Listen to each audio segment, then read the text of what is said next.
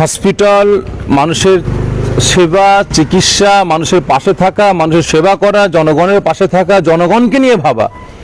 কিন্তু আজকে যেটা দেখলাম, গত শনিবারও আমার জাঙ্গিপাড়ার বিধায়ক তিনি এসেছিলেন আমাদের হসপিটালে এবং তিনি আজকেও এসেছিলেন এবং তিনি এমএলএ হবার পরে চুচুড়াতে সেখানেও মিটিং করেছেন। একদম ডিএম সাহেব ছিলেন, এসডিও সাহেব ছিলেন, সিএমএ সাহেব ছিলেন, বিডিও ছিলেন, সরকারি আধিকারিকরা ছিলেন। তেনাদেরকেও নিয়ে মিটিং করে বলেছেন যে ফুরফুরা শরীফের এই হসপিটালটা ওখানে কোনো প্রয়োজন নেই, ওটাকে বন্ধ করে দেওয়া হোক, এখান থেকে ডাক্তার নার্স তুলে নিয়ে গিয়ে জাঙ্গিপাড়ায় চলে যাওয়া হোক, কারণ এই হসপিটালটা কোনো রেকর্ডে নেই। আমি আপনাদের মাধ্যম দিয়ে আমি জাঙ্গিপাড়া আমাদের বিধায়কের কাছে আমি জানতে চাইছি, আপনি কতটা পড়াশোনা করেছেন ফুরফুরা সম্পর্কে, কতটুকু ফুরফুরা সম্পর্কে আপনার জ্ঞান আছে? আপনি জানেন আপনার জন্মের আগে এই ফুরফুরা হসপিটাল তৈরি হয়েছে 1948 সালে। পীর আবু বকর সিদ্দিকী মেমোরিয়াল হসপিটাল তৈরি হয়। এটা ভারত স্বাধীন হবার পরের বছরই হসপিটাল তৈরি হয়েছে। আর জাঙ্গিপাড়া হসপিটাল তৈরি হয়েছে 1987 সালে।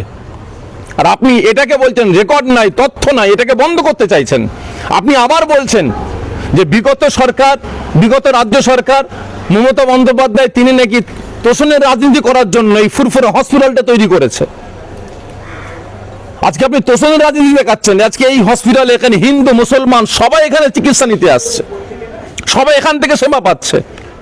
আর আজকে আপনারা এখানে বন্ধ করার পরিকল্পনা করছেন, এখান থেকে ডাক্তার নার্স তুলে নিয়ে যাওয়ার পরিকল্পনা করছেন, মেশিনপত্র খুলে নিয়ে চলে যাওয়ার কথা বলছেন জাঙ্গিপাড়ায়। ছি ছি ছি ছি ছি, আপনি একজন বিধায়ক, ভাবতে ঘৃণা লাগছে। আপনি একটা জনপ্রতিনিধি, ভাবতে ঘৃণা লাগছে। যদি আপনি প্রকৃত জনপ্রতিনিধি হতেন তাহলে আপনার ব্যবহার, আপনার কথাবার্তা এত জঘন্য, এত বাজে হতো না।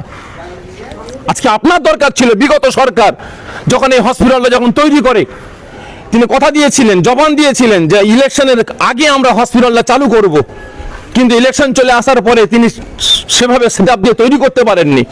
এখন আপনারা নতুন সরকার এসেছেন, আপনাদের ভাবা দরকার ছিল যে কি হসপিটালে ঘাটতি আছে, কি প্রয়োজন আছে, কটা ডাক্তারের দরকার আছে। স্টেট জেনারেল হসপিটাল তৈরি করতে গেলে যে পরিকাঠামোর দরকার, সেই পরিকাঠামো আপনাদের দেওয়া দরকার ছিল।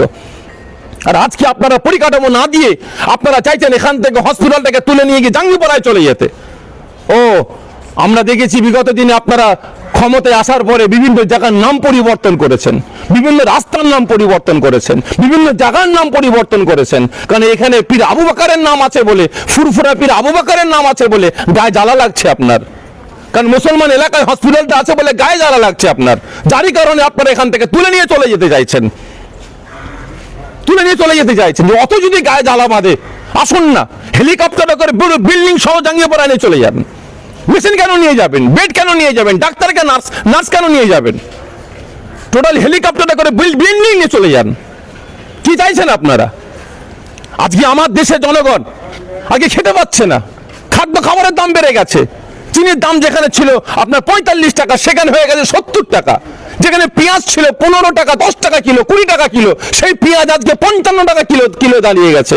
সবজির দাম আগুন হয়ে যাচ্ছে, আলুর দামটা ধ্বংস করে দিয়েছেন আপনারা। আর মানুষ খাবে কি করে, বাঁচবে কিভাবে, সেই নিয়ে আপনারা চিন্তা ভাবনা করছেন না। আর আপনারা ধর্ম নিয়ে রাজনীতি করার তো শুরু করেছেন। ধর্ম নিয়ে আজকে আপনারা বিভাজন সৃষ্টি করছেন, হিন্দু মুসলমানের একতা ঐক্য নষ্ট করছেন আপনারা। আজকে এখানে ফুরফুরা পীর আবু বকরের নাম আছে বলে গায়ে জ্বালা বাঁধছে, কিনা হসপিটালটা বন্ধ করে দেওয়া হোক। এখানে প্রত্যেকটা দিন শত শত মানুষ, হাজার মানুষ ফুরফুরা শরীফে এখানে জিয়ারত করতে আসে। ফুরফুরা শরীফে তারা এখানে চিকিৎসা পায়। আজকে আমার এলাকার কথা বলছি, আজকে এখানে এতগুলো পেশেন্ট দাঁড়িয়ে আছে, শুধু ফুরফুরার পেশেন্ট নাই, এখান থেকে শিয়াখালা থেকে পেশেন্ট এসছে, আপনার এখান থেকে তো আপনার আইএ থেকে পেশেন্ট এসছে, আপনার আকনি থেকে পেশেন্ট আসছে, এখানে আপনার সিপাহীগাছি থেকে পেশেন্ট আসছে, বাড়িপাড়া থেকে পেশেন্ট চিকিৎসার জন্য আসছে। আর আজ আপনি বলছেন এখানে পেশেন্ট নাই। আজকে ডাক্তারের সঙ্গে কথা বলে দেখলাম এখানে নানা করে প্রায় 250 জন আউটডোরের চেক আপ করার জন্য দাঁড়িয়ে আছে। এখানে আপনার পেশেন্ট ভর্তি আছে, প্রায় 7 থেকে 8 জন পেশেন্ট ভর্তি আছে। এই পেশেন্ট আসবে কিভাবে, ভর্তি হবে কিভাবে? এখনো তো আপনারা কোন রকম কোনো সুব্যবস্থা করেননি।